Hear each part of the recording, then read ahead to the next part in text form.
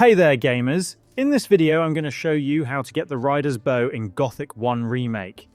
The Rider's Bow is probably the best bow you can get stat-wise early in the game. It's incredibly easy to miss, especially if you're too focused on progression and ignore exploration.